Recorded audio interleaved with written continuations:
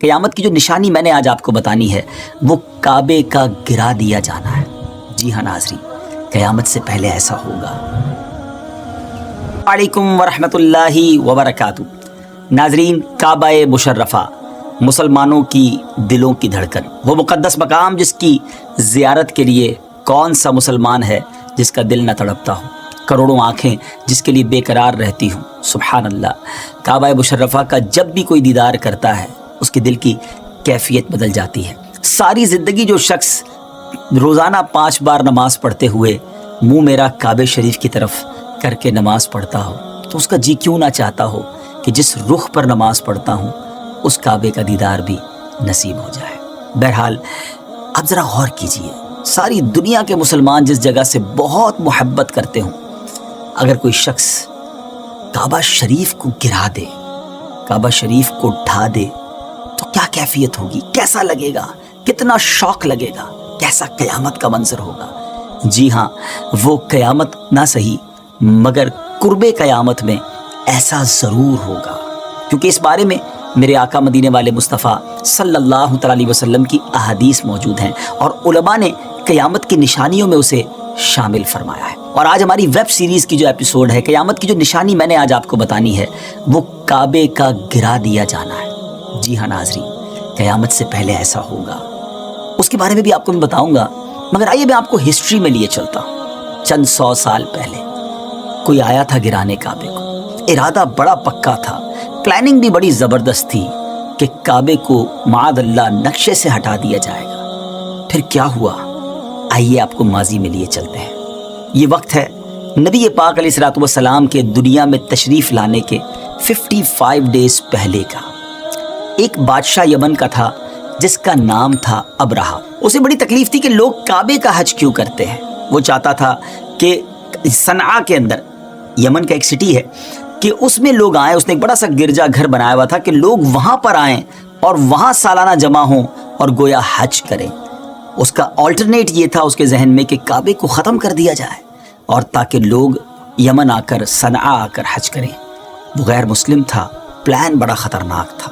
اس نے کیا کیا، ناظرین ذرا سمجھیے گا۔ آج کے زمانے میں جو جنگ ہوتی ہے وہ ویپنز کے ذریعے ہوتی ہے، ٹینک کے مقابلے میں ٹینکس آتے ہیں، ایئر کرافٹ کے مقابلے میں ایئر کرافٹ آتے ہیں، بری فوج جو زمینی فوج ہوتی ہے اس کے سامنے زمینی فوج آتی ہے، بحری فوج کے سامنے یعنی نیوی کے سامنے نیوی ہوتی ہے۔ اس زمانے میں گھوڑوں سے، اونٹوں پر پیدل لڑائی ہوتی تھی۔ ایک بڑا ویپن لے کر، ایک بڑی ریسورس اور بڑی تیاری کر کے ابرہہ نے کیا کیا کہ ہاتھیوں کا لشکر لے کر آ گیا۔ ہم کہہ سکتے ہیں کہ اس زمانے میں سب سے بڑا اس نے ویپن یوز کیا کہ ہاتھی جو ہیں وہ سب چیزوں کو تہس نہس کر دیں گے۔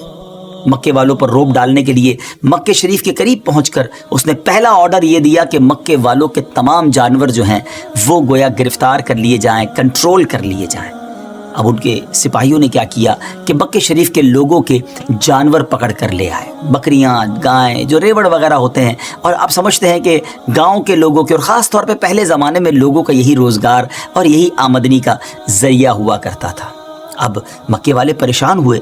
اس زمانے میں اس قوم کے لیڈر کوئی اور نہیں، ہمارے آقا مدینے والے مصطفیٰ صلی اللہ تعالی علیہ وسلم کے مبارک دادا جان حضرت عبد المطلب تھے۔ حضرت عبد المطلب اس قوم کو لیڈ کرتے ہوئے ابرہہ کے پاس آئے۔ وہ اپنے خیمے میں بڑے کر و فر کے ساتھ، بڑے پراؤڈ تکبر کے ساتھ بیٹھا ہوا تھا۔ حضرت عبد المطلب جب اس کے خیمے کے اندر جانے لگے، اس کے سپاہیوں نے بتایا کہ مکے کا سردار آیا ہے۔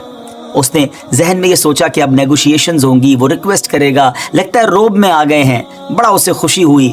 لیکن جیسے ہی اس کے خیمے میں، اس کے ٹینٹ میں حضرت عبد المطلب داخل ہوتے ہیں، سبحان اللہ، ان کی پیشانی پر نبی پاک کا نور چھلکتا تھا۔ کیا نور نبوت کا روب تھا، کیا جگمگاتا چہرہ تھا۔ جیسے ہی آپ اس ٹینٹ میں داخل ہوتے ہیں، ابرہہ روب سے اپنی جگہ سے کھڑا ہو گیا، بڑی عزت اور تعظیم اور ریسپیکٹ کے ساتھ اپنے ساتھ اس نے بٹھایا۔ حضرت عبد المطلب نے گفتگو شروع کی، مگر وہ گفتگو ابرہہ کے لیے ان ایکسپیکٹڈ تھی کہ اس پورے جو ریوڑ اور جانور اس نے گرفتار کیے تھے، پکڑ لیے تھے، اس میں کئی جانور حضرت عبد المطلب کے بھی تھے۔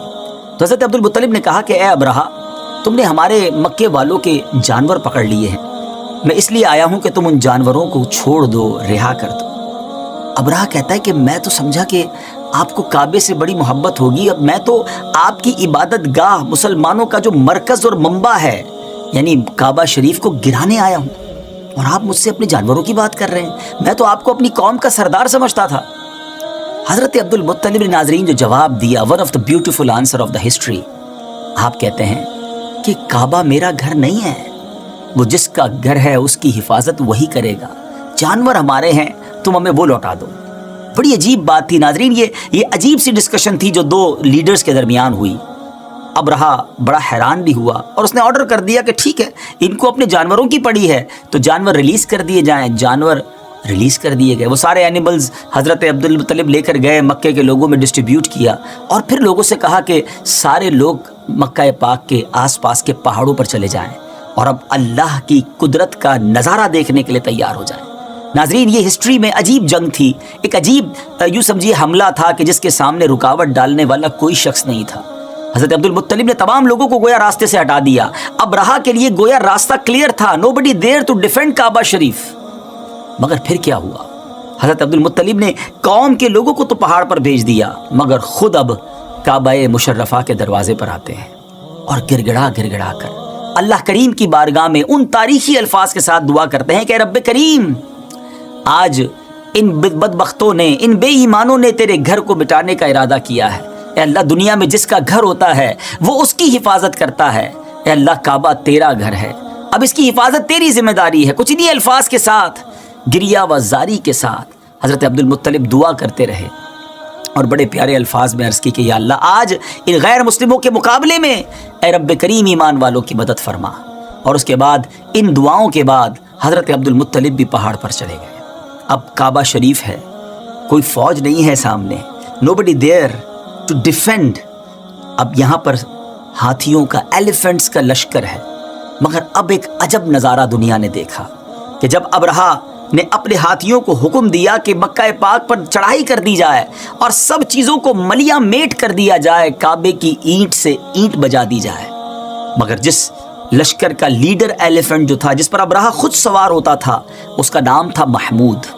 ناظرین، جب وہ محمود کو کھڑا کر کے کعبہ شریف کی طرف گویا مارچ کرنے کی کوشش کرتا تو محمود ٹس سے مس نہ ہوتا، ایک قدم بھی آگے نہ بڑھاتا۔ بہت کوشش کی کہ کسی طرح لشکر کعبے کی طرف چلا جائے، وہ جانے کے لیے ہاتھی تیار نہ ہوتے، اسے کسی اور مخالف سمت چلایا جاتا تو وہ چلنے لگتے، مگر کعبہ شریف کی طرف مڑ کر وہ نہ جاتے۔ اور پھر اللہ تعالیٰ نے اپنی قدرت کا وہ نظارہ دکھایا۔ میں نے آپ کو پہلے بات کہی تھی کہ دنیا میں جب بھی لڑائی ہوتی ہے تو جیسا ہمارے پاس ویپن ہوتا ہے، دشمن بھی وہی اپلائی کرتا ہے۔ دشمن کے پاس جو ویپن ہوتا ہے، کوشش کی جاتی ہے اسی سے اس کا رپلائی دیا جائے۔ مگر یہ عجب نظارہ تھا کہ ایک طرف ہاتھی تھے، ایلیفنٹ تھے، آپ سمجھ سکتے ہیں کہ کتنا بڑا جانور ہوتا ہے۔ اگر اسے واقعی مارنا تھا تو ایک بڑی چٹان بھیجی جاتی جو لاجک کہتی ہے، مگر رب قدیر کو اپنی قدرت کا نظارہ دکھانا تھا۔ اللہ تعالیٰ نے اتنے بڑے ہاتھیوں کے لیے بھیجا کیا؟ چھوٹا سا پرندہ، چڑیا جتنا پرندہ، اور اس کے پنجوں میں کیا تھا؟ اس کے پنجوں میں کوئی چٹان نہ تھی۔ چڑیا جتنا پرندہ کتنا بڑا پتھر اٹھا سکتا ہے؟ کنکریاں تھیں۔ ناظرین، پھر کیا ہوا وہ ضرور بتاتا ہوں، مگر اب اس پورے پس منظر کے بعد جب آپ سورہ فیل کی تلاوت سنیں گے، جو کئی بار سنی ہوگی نماز میں، کئی بار قرآن میں پڑھی ہوگی، مگر اب اس بیک گراؤنڈ کے ساتھ جب آپ اسے پڑھیں گے تو انشاءاللہ اس کا لطف بھی اور آئے گا، اور یہ ساری ہسٹوریکل جو سٹوری ہے، ہسٹوریکل ایونٹ جو ہے، وہ گویا آپ کی آنکھوں کے سامنے آ جائے گا۔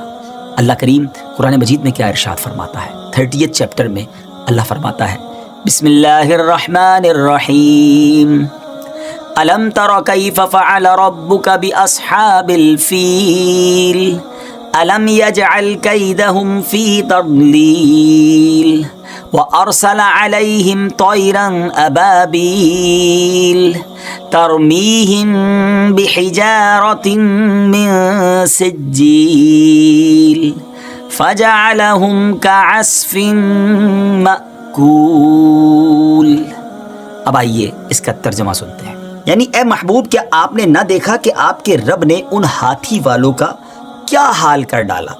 کیا ان کے داؤں کو تباہی میں نہ ڈالا اور ان پر پرندوں کی ٹکڑیاں بھیجی تاکہ انہیں کنکر کے پتھروں سے مارے تو انہیں چبائے ہوئے بھس جیسا بنا ڈالا۔ سبحان اللہ۔ اللہ تعالیٰ نے اپنی قدرت کا ایسا نظارہ دکھایا کہ جب ابرہا اور اس کے لشکریوں کا یہ انجام ہوا نا ناظرین، تو عبد المطلب پہاڑ سے نیچے اترے۔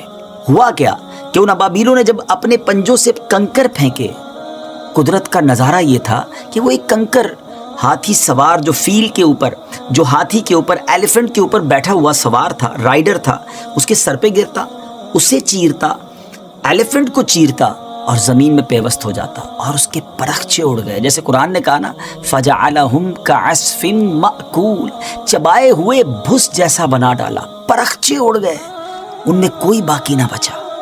اب پوری دنیا پر ایک روب طاری ہو گیا کہ کعبے کی جو ہے وہ بے حرمتی نہیں ہو سکے گی، کعبے کو کوئی اٹیک کرنے والا اب ہمت نہ کر سکے گا. حضرت عبد المطلب کی عزت پہلے ہی بہت تھی، اب اور زیادہ ریسپیکٹیبل بن گئے. اینی وے، اب ناظرین آتے ہیں اپنے موضوع کی طرف کہ یہ واقعہ تو پہلے ٹرائی کیا گیا تھا اور کعبے کو آنچ بھی نہیں آئی تھی، مگر قیامت سے پہلے کعبہ شریف کو گرا دیا جائے گا. جی ہاں ناظرین، قیامت سے پہلے ایسا ہوگا. اب آپ کو وہ بات بتانی ہے، مگر ہمارے اس یوٹیوب چینل کو سبسکرائب بھی کر دیجئے اور اس ویڈیو کو پلیز شیئر بھی اچھی نیتوں کے ساتھ کر دیجئے. اب معاملہ یہ ہوگا ناظرین کہ پیارے آقا علیہ الصلوۃ والسلام کی احادیث میں آیا، حضرت عبداللہ ابن عمر رضی اللہ تعالیٰ عنہ سے روایت ہے کہ نبی کریم علیہ الصلوۃ والسلام نے فرمایا حبشہ کو چھوڑے رہو جب تک وہ یمن چھوڑے رہیں، کیونکہ کعبے کا خزانہ نہ نکالے گا مگر حبشہ کا ایک چھوٹی پنڈلیوں والا. یہ ابو داؤد شریف کی حدیث ہے.